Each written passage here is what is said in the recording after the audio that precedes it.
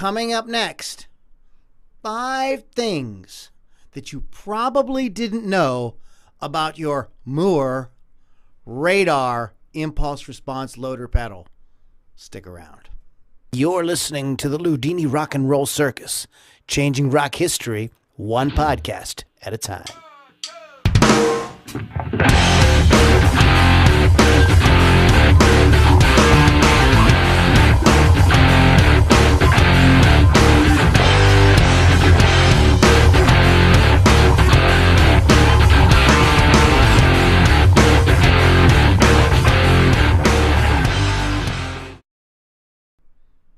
Hello, everybody. My name is Lou Lombardi. Some people call me Loudini. If you know me from my podcast, the Loudini Rock and Roll Circus, well, that's me. And today I'd like to talk to you about this cool little teeny tiny little box that I picked up a few months ago.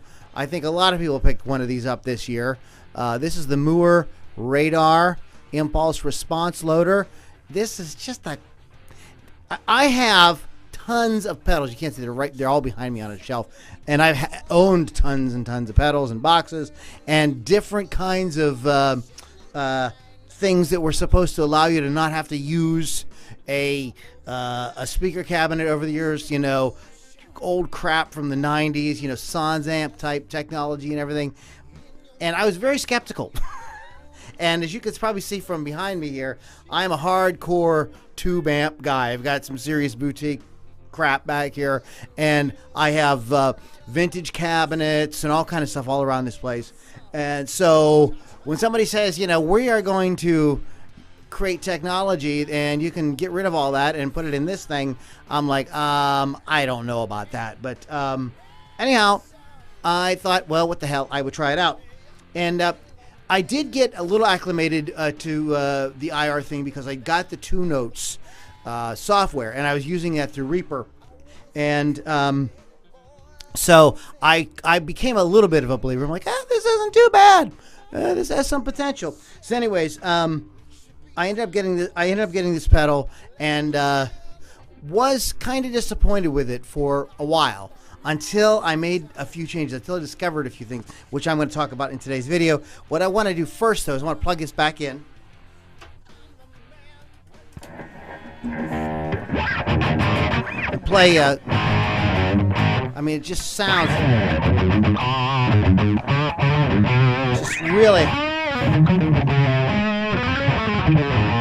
And if I was to crank up the monitors really loud, it would cause the microphone to feedback, of course. But when you crank up your studio monitors, it's in my opinion indistinguishable from playing through a tube amp with a great cabinet. Now, I'm not even using any of my amps right now. I'm using one of the Mooer preamp pedals, the Brown, what's it called? The Brown Sound 3. And I'll do another video on that later, but I don't want to take up too much time. There are 5 things, now here we go, that you absolutely, most of you guys probably don't know or don't realize how important they are to making this thing sound awesome. Because I went from on it to like, a little better, a little better, a little better. And I'll explain it to you here in a second.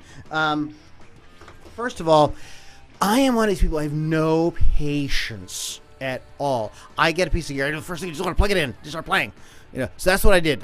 First thing I got the Mooer Radar. First thing I did is I plugged it into my amps with my load box here, and started turning around, you know, turning all the little settings in it and everything. And like I said, I was very on it.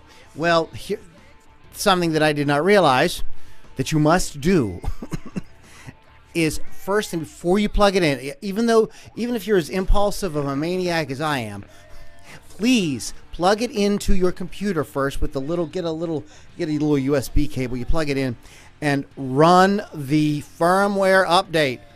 World of difference. So I went from going and then putting it away for a while to going like, you know what, I should run that firmware. I wonder if that would do anything. So I ran the firmware update. It was like, holy crap, huge difference in the sound. Great improvement. But still, I was kind of on it. So I'm going to give you a little bit more stuff about here.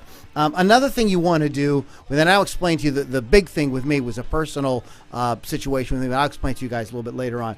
And the other thing, number 2, is turn off the power amps. I've played around those power amps over and over and over and over, turning them on, turning off, changing all the settings around, and quite frankly, I just think they detract more than way more than they add.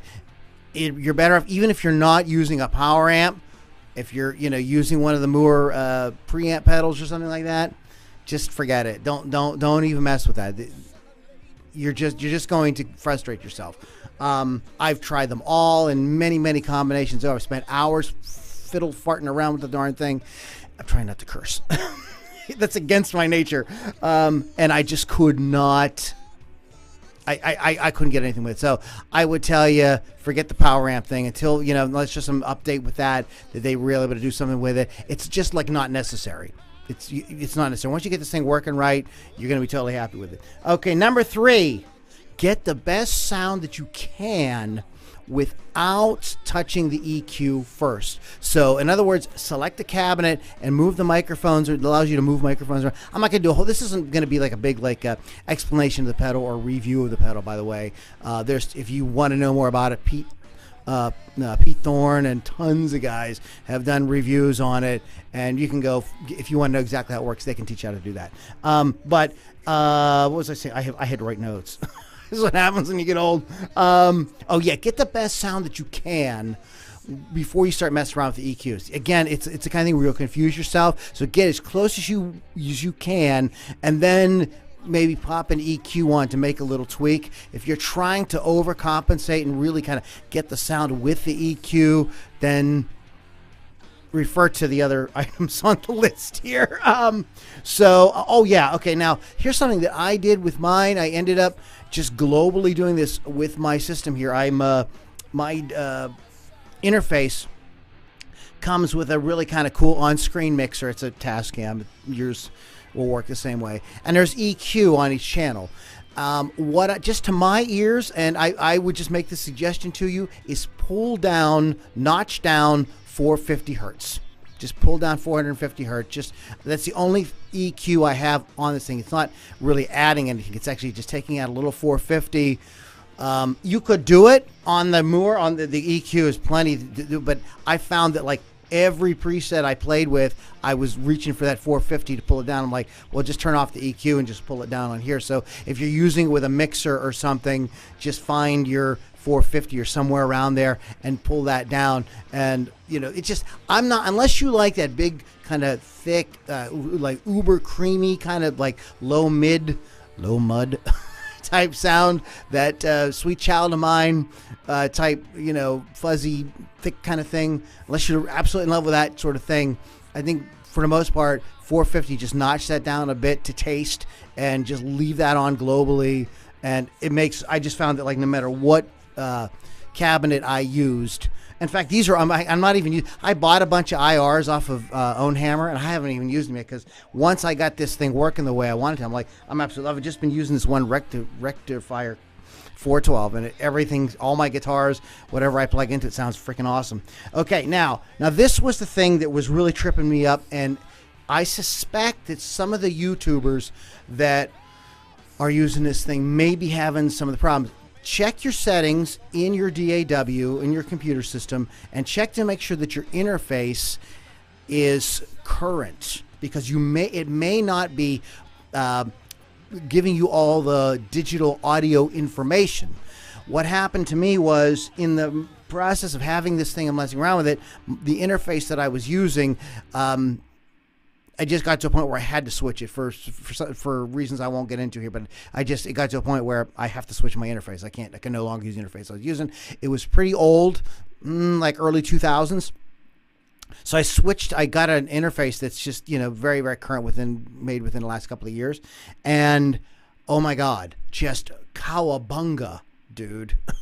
Okay, I'm showing my age, a Simpsons reference, but just like that completely turned the whole thing around to where I had I got rid of the power amps. I got rid of the confusion with using the EQ. I got the 450 out of there, and with the great interface that's really transferring all the information, all the audio information, it sounds like an amp. It really, I'm completely blown away, because I'm so married to this heavy, hot, hard to service type gear, is now all in this little thing. It's really blowing my mind.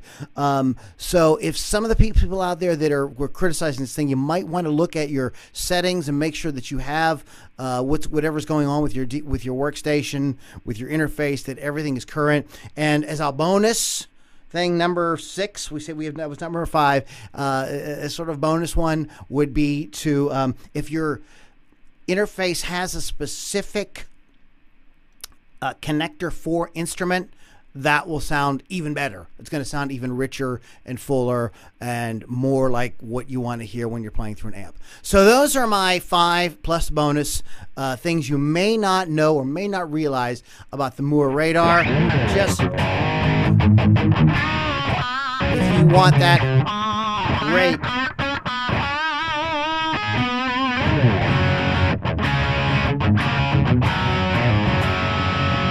amp tone in a way that you can play it like a whisper, because right now it's like in the room here, it's like better than that. If you want that great amp tone that you can play at a whisper, you can get a great sound directly into your workstation for recording, for practice, whatever, with no fuss, no muss, then you must get, I would highly recommend that you get this Mooer Radar and follow the tips that I just outlined. All right, guys, thanks for hanging out. My name is Lou Lombardi, a.k.a. Loudini. There's some links below. You can check out our podcast at LoudiniRockandRollCircus.com. We got links to Patreon and a bunch of stuff down here. So thanks for hanging out, and I'll catch you guys all on the next Loudini Rock and Roll Circus Rock and Rant.